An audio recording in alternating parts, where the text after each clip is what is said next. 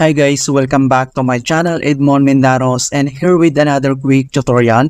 At sa video ito ay tuturo ko on how to fix local security authorities off in Windows 11.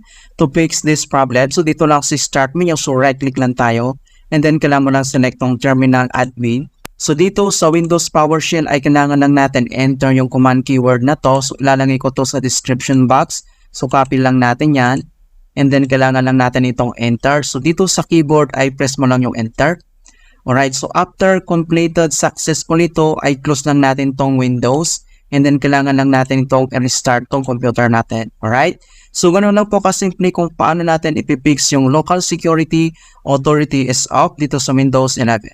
Alright, so please don't forget to like this video and subscribe to my channel for more helpful tutorials and tips. And if you have any questions or suggestions, please leave them in the comment below. Thank you guys and see you in my next tutorial.